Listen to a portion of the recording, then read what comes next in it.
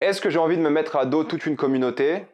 Peut-être. Salut à tous, ici Reg et aujourd'hui pour une nouvelle vidéo on va parler un peu des fans de Star Wars parce que oui j'ai envie de me mettre une communauté à dos, enfin pas que, parce que je fais aussi techniquement partie de cette communauté mais j'ai un peu honte de le dire, c'est la vérité aussi, parce que des fois les actions des membres de la communauté te donnent pas forcément envie de faire partie de la communauté. Je suis vegan mais des fois j'ai pas envie de le dire à voix haute quoi, des fois c'est pas terrible. Blague à part, j'ai envie de parler du problème qu'ont les fans de Star Wars actuellement, là où d'un côté Marvel est en train de vivre une sorte de presque âge d'or depuis 10 ans, Star Wars c'est un peu l'inverse. Star Wars ça bégaye très fort. Le rachat de Disney n'a pas connu que du positif alors qu'il y avait beaucoup d'espoir avec le début de la postlogie. Et j'espère que vous passez de bonnes vacances parce qu'on va clairement parler de cette communauté très nombreuse et le nombre augmente d'année en année. Une communauté à laquelle j'ai souvent affaire. Et encore une fois, je ne généralise pas, mais je pense que vous allez, forcément vous reconnaître dans ce que je vais dire, mais moi aussi pour le coup, et vous allez surtout reconnaître la communauté. La communauté ça fait un peu secte, mais vous m'avez compris. Mais avant de commencer cette vidéo, j'aimerais remercier le partenaire officiel de cette vidéo, c'est VPN, et vous savez très bien ce qu'est un VPN et vous savez qu'ils ont 38 millions d'utilisateurs et 5 sur 5 sur Trustpilot. Vous voulez débloquer tous les films comme tous les autres pays du monde, que ce soit Doctor Strange 2 qui est déjà disponible et Buzz l'éclair par exemple, des films qu'on n'aura que dans quelques années en France, et bien c'est possible avec un VPN et vous pouvez même débloquer HBO Max qui est déjà disponible partout en Europe sauf en France. Vous allez sûrement voyager cet été et bien utiliser un VPN pour être en bien plus grande sécurité que ce soit sur la Wi-Fi de l'hôtel, de l'aéroport ou même du bus. Vous pouvez partager un compte avec au total 7 personnes et c'est disponible sur tous vos appareils préférés. Et évidemment, tout le monde peut l'utiliser en quelques clics, c'est fait, c'est super simple. Vous êtes satisfait ou remboursé sous 45 jours et vous avez une assistance technique en français 24h/7. Utilisez le lien dans la description et dans le commentaire épinglé afin de vous abonner à CyberGhost VPN et bénéficier de 85% de réduction et 4 mois gratuits. Foncez sur l'offre. C'est vrai que la communauté Star Wars fait quand même partie de ces communautés qui sont énormissimes de une, internationales pour le coup, tout le monde aime Star Wars, c'est comme un peu le MCU, mais Star Wars a un vrai héritage. C'est peut-être le plus grand export américain culturel de l'histoire. Mais il a aussi cette réputation, comme beaucoup de communautés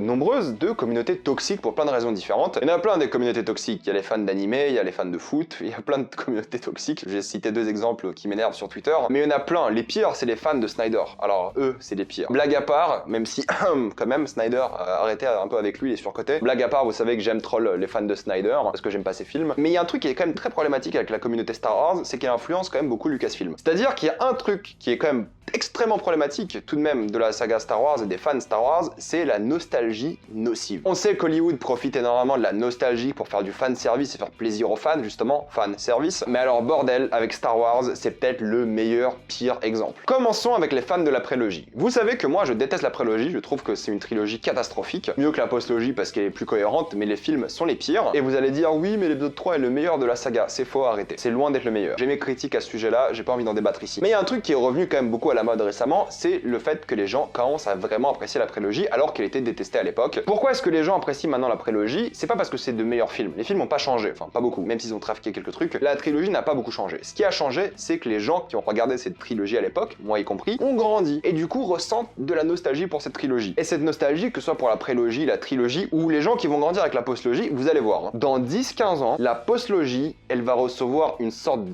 traitement pure nostalgie, les gens vont kiffer. Parce que les gens qui ont grandi avec la postlogie vont la kiffer dans 10 ans. C'est obligé, c'est le pouvoir de la nostalgie. Et rien de mal avec la nostalgie. C'est pas grave si elle aveugle un peu votre sens critique. Il y a aucun mal à aimer une chose. Jamais de la vie. Surtout un film. Si vous aimez un film, tant mieux pour vous. Mais ça, Lucasfilm, ils en jouent clairement et ça les pénalise aussi. Parce que vu que les gens sont nostalgiques, n'aiment pas forcément le changement, et ça c'est la vérité avec les fans de Star Wars, ils détestent le changement, ils aiment leur zone de confort. On a des films comme l'épisode 8, film exceptionnel, le meilleur, l'un des meilleurs en tout cas de la saga, qui arrive et qui change drastiquement les choses et les gens rejettent. Alors que c'est un film exceptionnel pour le coup. Oui, je sais que c'est mon avis et je maintiens que c'est un grand film. Mais dès que ça change un peu les choses et dès que le film, littéralement l'épisode 8 parle de ça, l'épisode 8 dit aux fans, laissez tomber votre nostalgie. Passez à autre chose. Il est temps de dire au revoir à la saga Skywalker. C'est exactement ce que le film dit. Et les gens ont détesté ce film à cause des changements qui ont été faits. Et ensuite, Lucasfilm n'a pas du tout assumé. Ils ont dit, vous avez pas aimé le 8, on va faire le 9 comme on aurait dû le faire à la base, alors que pas du tout. Et ils ont changé tous les changements du 8. Et c'est ça qui fait que c'est l'une des trilogies les plus catastrophiques de l'histoire du cinéma, c'est que tous les films se répondent, il n'y a aucune cohérence. Et ça, c'est problématique de fou. Et du coup, le 9, c'est la nostalgie, tellement nostalgique et incohérente. On fait revenir les méchants, on donne un héritage à des personnages, n'importe quoi. On joue dans le fanservice, on fait embrasser les personnages que les fans veulent voir s'embrasser. Catastrophique. Le 9, c'était du foutage de gueule pour tous les fans. Ils ont été pris à leur propre piège. Parce que d'un côté, il y a eu deux camps. Les camps qui se sont dit, ok, on veut de nouvelles choses, qui veulent toujours de nouvelles choses et qui regardent les séries parce que les séries sont assez nouvelles, et les gens qui voulaient le réconfort. Et le 9 n'a fait plaisir à personne. Parce que c'était ni du réconfort, ni des nouvelles choses. Donc ça ne pouvait pas marcher. Et Lucasfilm est prisonnier du fanservice. Il faut ramener Luke Skywalker, c'est important. Oh, il faut ramener tel personnage, il faut faire ça, il faut faire ci. Et du coup, ils sont en train de faire des films et des séries uniquement à une époque, là où il y a tous les personnages que vous connaissez, des séries, des films et tout. Ils osent petit à petit à sortir de cette époque, mais même là, je veux dire, Diacolite, il y aura genre Darth Plagueis ou un truc comme ça, c'est sûr. Il y aura peut-être même Palpatine, je veux dire, un jeune Palpatine, c'est presque évident. Ils ont pas le courage et ils ont pas de ligne directrice, ce qui est catastrophique. Ce qu'il faut à Star Wars, c'est un Kevin Feige. Kevin Feige, il gère tout le MCU comme ça. Il sait exactement ce qu'il fait, il sait quel film sortir, quelle série à quel moment. Tous les films et les séries se répondent en se permettant des choses un peu différentes. Là où Kathleen Kennedy qui gère Star Wars, elle est complètement paumée. Elle ne comprend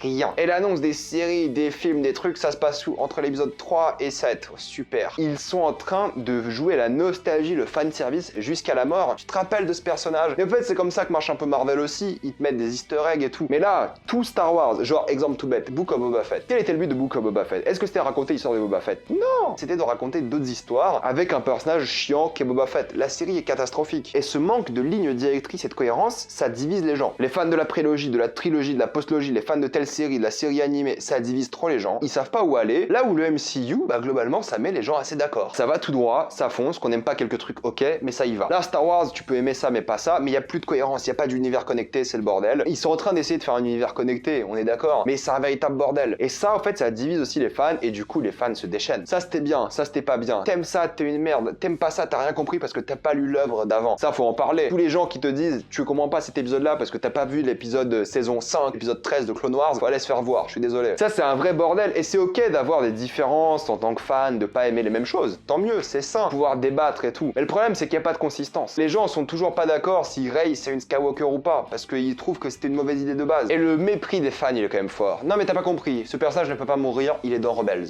On s'en branle de Rebels. Le problème, c'est que le MCU, il a au moins, et je compare beaucoup au MCU parce qu'il faudrait quelque chose comme le MCU d'après moi, le MCU, ce qu'il a, c'est qu'il a cette force de toujours savoir ce que tu vas voir. C'est-à-dire que tu sais que MCU, ça sera un peu familial et tu vas kiffer. Là où Star Wars, genre l'épisode 8, est complètement différent de Rebels. Rebels et les séries animées Star Wars sont pour les enfants, mais sont canon, genre font partie de l'univers de Star Wars. Vous allez me dire, oui, mais non, Rebels, il y a des trucs un peu matures et tout. J'ai pas encore repris Rebels, mais je suis désolé, je suis en train de regarder Clone Wars en ce moment, c'est pour les enfants, sauf quelques intrigues. Quelques intrigues qui sont vachement bien, mais globalement, c'est pour les gosses. Et du coup, tu vas pas te taper, genre, je sais pas, Clone Wars, il y a combien d'épisodes? Une centaine, pour tout comprendre dans l'univers. Chaque œuvre doit se suffire à elle-même, plus ou moins. Les fans qui jurent par l'univers étendu, sachez qu'il n'est pas aussi important que vous pensez. C'est bien qu'il y ait des easter eggs, des références aux séries animées, ok, y a pas de souci, tant mieux, parce qu'elles sont canon pour le coup. Mais jurer par elles, jurer par l'univers étendu alors que des films sortent, des séries sortent, qui sont aussi faites pour être plus ou moins indépendantes, c'est problématique. Donc arrêtez d'embêter les gens avec ça. Parce que la cohérence est importante, mais calmez-vous avec, vraiment. Oh non, ça n'a pas exactement respecté l'épisode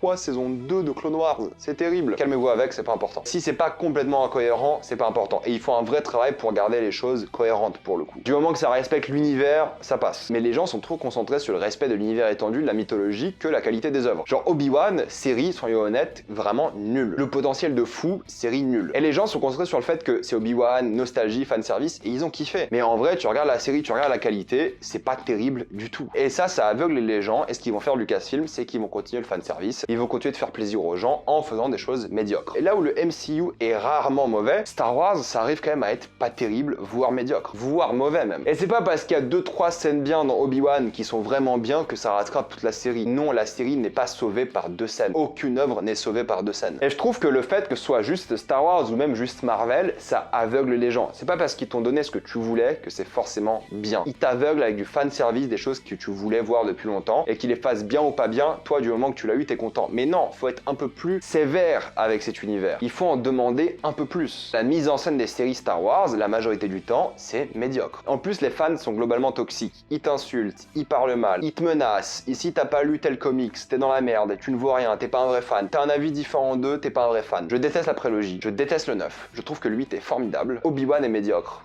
Je me considère comme un vrai fan. Et ça qui est bien aussi, mais comportez-vous avec, on va dire, beaucoup de respect. Moi, je troll beaucoup la prélogie parce que je la trouve catastrophique. Mais un truc qui est essentiel à comprendre, c'est que Star Wars, globalement, si on fait la moyenne des contenus, c'est pas terrible. C'est même pas que c'est pas terrible, c'est assez médiocre, mine de rien. Si on regarde les œuvres qui ont été proposées depuis le début, il y en a quelques-unes qui sont vraiment bien et quelques autres trucs qui sont ok, mais majoritairement, c'est médiocre. Et croyez-le ou non, Star Wars n'est pas sacré. Et oui, ce n'est pas sacré du tout même. Et ça crée une communauté toxique. Et c'est pas que la faute des fans aussi, hein, mais c'est la faute de Lucasfilm aussi parce qu'ils savent pas gérer une licence, une franchise. Ça crée des divisions qui n'existent pas dans le MCU par exemple, et ça crée une communauté qui est hideuse. Parce qu'au fait, ils créent des divisions eux-mêmes par la manière dont ils font le contenu. Et ça, c'est pas normal. Enfin bref, je pense qu'il y a un véritable problème et j'ai envie d'avoir votre avis sur la question. Qu'en pensez-vous? Tout ça dans les commentaires. Comme d'habitude, pensez à vous abonner à la chaîne pour plus de vidéos. Mettez un j'aime, ça aide beaucoup la chaîne. Suivez-moi sur tous mes réseaux et avant de quitter cette vidéo, utilisez le lien dans la description et dans le commentaire épinglé afin de vous abonner à CyberGhostVPN et débloquer l'intégralité des plateformes de streaming et d'internet pour uniquement 1,84€ par mois et en plus 4 mois gratuits. Vous devez foncer sur cette offre et moi je vous dis à la prochaine fois. Salut à tous.